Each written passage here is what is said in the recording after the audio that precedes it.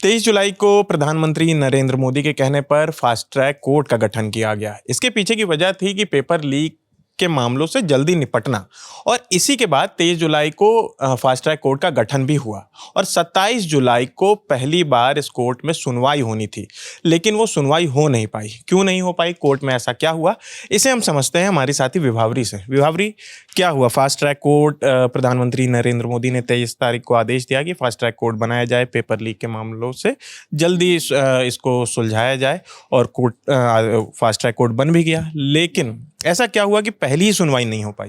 देखिए, ये जो फास्ट ट्रैक कोर्ट होते हैं बनाए ही इसीलिए जाते हैं, इनका गठन ही इसलिए होता है ताकि कोई भी केस ज़्यादा लंबा ना खींचा जाए, जल्दी जल्दी उसका निपटारा कर लिया जाए, जल्दी जल्दी उसकी सुनवाई हो। लेकिन पहली बार में सुनवाई टाल दी गई, स्थगित कर दिया गया। क्यों कर दिया गया? क्योंकि पहले तो बता दें कि मामला क्या था। ये जो पेपर लीक के आरोपी हैं विकास और दिनेश, इनकी जमानत याचिका पर सुनवाई होनी थी, लेकिन सीबीआई की तरफ से कोई वकील ही नहीं पेश हुए। तो आगे कैसे बात बढ़ती जब वकील ही नहीं पेश हुए?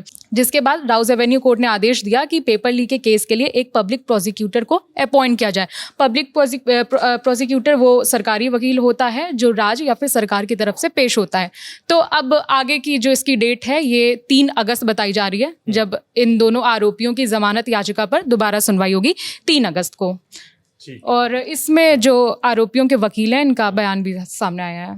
नई फास्ट ट्रैक कोर्ट बनी, अभी नए सिस्टम के अनुसार, नए प्रोसेस के अनुसार, नए कानून के अनुसार जो भारत सरकार ने लागू किया। यद्यपि कि ये कानून जल्दबाजी में बनाया गया है, दबाव में बनाया गया है, प्रेशर में बनाया गया। और जब भी कोई आंदोलन, जब भी कोई कानून आंदोलन के द्वारा, प्रेशर के द्वारा, जंतर मंतर पे धरने के द्वारा, संसद में हंगामे के द्वारा बनता है, उसमें जल्दबाजी होती है, उसमें न्याय की गरिमा में कहीं ना कहीं चोट पहुंचती है। दिनेश विबाल, विकास विबाल पूरी तरह से निर्दोष हैं। जल्दबाजी में पिता, पुत्र और भाई को बनाया गया। Bail is a rule, jail is exception. और इसमें अब आगे 3 अगस्त की डेट दी गई है। 3 अगस्त को हमारी उस पर सुनवाई आगे होगी। विभावरी, एक बार हम प्रधानमंत्री नरेंद्र मोदी ने जो ट्वीट किया था फास्ट ट्रैक कोर्ट के गठन को लेकर, उसके बारे में भी बात कर लेते हैं। 20 जुलाई को प्रोटेस्ट हुआ है, सीजेपी प्रोटेस्ट। उसके बाद 23 तारीख को प्रधानमंत्री, ये जो संसद चलो मार्च हुआ था, उसके बाद उसके बाद 23 जुलाई को प्रधानमंत्री ने इस पर इसका ऐलान किया था, इस कोर्ट का। और उन्होंने 23 जुलाई को लिखा था कि पेपर लीक के सभी मामलों में दोषियों को जल्द से जल्द कठोर दंड देने के लिए केस के जल्दी निस्तारण के लिए एक फास्ट ट्रैक कोर्ट्स का गठन किया जाएगा।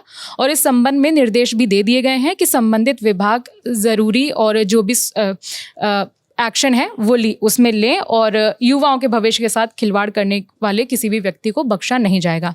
23 तारीख को प्रधानमंत्री ने ये ऐलान किया था, लेकिन पहले ही सुनवाई में वकील नहीं पेश हुए। प्रधानमंत्री नरेंद्र मोदी के कहने पे फास्ट ट्रैक तरीके से कोर्ट का गठन तो हुआ, लेकिन पहली ही सुनवाई नहीं हो पाई। खबर आ रही है कि अगली सुनवाई 3 अगस्त को होने वाली है।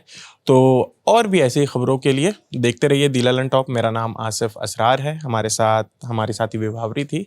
शुक्रिया।